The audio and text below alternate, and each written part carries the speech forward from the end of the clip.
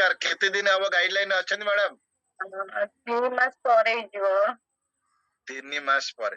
माने ନାଇଁ 2 ମାସ ପରେ 2 मास मैडम हम गाइडलाइन को आसे पूर्व कौन समस्या थिला ମୋର PCOD ପ୍ରୋବ୍ଲେମ ଥିଲା ଆଉ ओके ବ୍ୟାକ୍ ପେନ୍ ହଉଥିଲା ଆଣ୍ଠୁ ପେନ୍ ହଉଥିଲା ମୁଣ୍ଡ ବି ବିନ୍ଧୁଥିଲା ବହୁତ ପ୍ରକାରିଆ ସମସ୍ୟା ଥିଲା ଦେହ ଦୁର୍ବଳ ଲାଗୁଥିଲା ଜମା ବି ଭୋକ ବି ହୁଏନି କିନ୍ତୁ ଏଥିରେ ଏ ଗାଇଡଲାଇନ ରେ ରହିବା ପରେ ସାର୍ ବିଶ୍ୱାସ କରିବେନି ମୋର କୌଣସି ରୋଗ ନାହିଁ ମାନେ ମୁଁ ପୁରା ସୁସ୍ଥ ଏଇନା बहुत बढ़िया मैडम मैं समस्त क्लाप करबा माने 2 मास पूर्व जति प्रॉब्लम से फेस करूथिले मैडम कोन कोन कोन ବିଶ୍ୱାସ କରିବେନି ମୁଁ ମରିବା ପାଇଁ ବି ପ୍ରସ୍ତୁତ ଥିଲି ଏତେ କଷ୍ଟ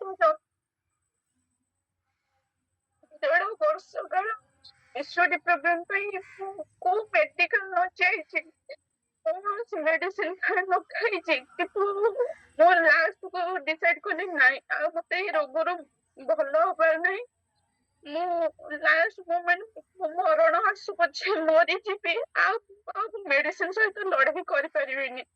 ଡକ୍ଟର ମତେ କହିଥିଲେ ଲାଷ୍ଟ ମୋମେଣ୍ଟରେ ଆପଣଙ୍କର ୟୁଟ୍ରସ୍ କଢା ହବ ନଚେତ ଆପଣଙ୍କୁ କ୍ୟାନ୍ସର ହେଇଯିବ ସାର୍ ବିଶ୍ୱାସ କରିବେନି ମୋର ଗୋଟେ ଛୋଟ 1.5 ବର୍ଷର ପୁଅ ହେଲେ ବି ମୁଁ ହାର ମାନିବାକୁ ଚାହୁଁନଥିଲି କିନ୍ତୁ ହାର ମାନିଯାଇଛି କିନ୍ତୁ ଏଇଟା ସବୁଠୁ ଭଲ କଥା ମୁଁ ଏଥିରେ ଯେତେବେଳେ ପଶିଲି ତାପରେ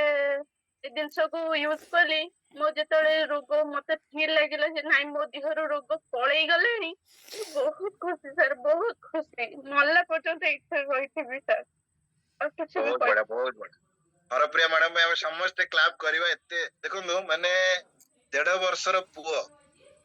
माने पिला अछि एपटरे ଯନ୍ତ୍ରଣା ସହି ପାରୁନାହାନ୍ତି ଏବେ ସେମିତିରେ ପିଲାକୁ ବି କେୟାର ନବା ପାଇଁ ବି ତାଙ୍କ ପାଖରେ ଇଚ୍ଛା ଅଛି କିନ୍ତୁ ମନରେ ଅଛି କଣ ଏତେ ଯନ୍ତ୍ରଣା ଏତେ ମେଡିସିନ ଖାଇବା ଅପେକ୍ଷା ମରିଯିବାଟା ବେଟର ମାନେ ସେ କାହାକୁ ଚୁଜ କଲେ ଭଲ ଜିନିଷ ନା ଖରାପ ଜିନିଷ ତ ଆମେ ଯେତେବେଳେ ଅନହେଲ୍ଦି ହେଇଯାଉ କେବଳ ଆମେ ଖରାପ ଜିନିଷକୁ ହିଁ ଚଏସ୍ କରୁ ତ ଯାହା ବି ହଉ ମ୍ୟାଡାମ ଆମ କମ୍ୟୁନିଟିକୁ ଆସିକି ଆପଣଙ୍କୁ ଭଲ ଲାଗୁଛି ବହୁତ ସାର୍ ବହୁତ ବଢିଆ ଲାଗୁଛି ବହୁତ ଖୁସି ଅଛି ସାର୍ ଆପଣଙ୍କ ଗାଇଡଲାଇନ ମତେ ବହୁତ ବଢିଆ ଲାଗୁଛି ମୁଁ ଛୋଟ ଛୁଆ ସକାଶେ ବେଶୀ ଯୋଉ କ୍ୟାମେରା ଅନ୍ କରିପାରୁନି କିନ୍ତୁ ମୁଁ ଯେତେବେଳେ ବି ଟିକେ ଫ୍ରି ହେଇଯାଏ ପୁଅ ଶୋଇଥାଏ ମୁଁ କ୍ୟାମେରା ଅନ୍ କରିକି ବସେ ଆପଣଙ୍କ ଗାଇଡଲାଇନ ଶୁଣନ୍ତି ସବୁ ଜିନିଷ ଶୁଣନ୍ତି ତ କ୍ୟାମେରା ଅଫ୍ ଥିଲେ ବି ଆଜ୍ଞା ସେଇଟା ଦରକାର ସବୁବେଳେ ମୁଁ ଯୁଆଡେ ଯାଏ ମୁଁ ଫୋନ ଟାକୁ ସାଙ୍ଗରେ ଧରିକି ବୁଲୁଥାଏ ସବୁବେଳେ ଆପଣଙ୍କ ଗାଇଡଲାଇନ ଥାଏ ଲାଷ୍ଟ ପର୍ଯ୍ୟନ୍ତ ପୁରା ଥାଏ बहुत बढ़िया मैडम कांग्रेचुलेशन आपण एते सुंदर रिजल्ट पाइचंती नॉर्मल हेचंती सेटा होची बड़ जिंस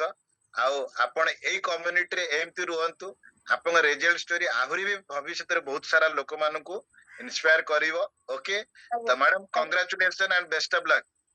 थैंक यू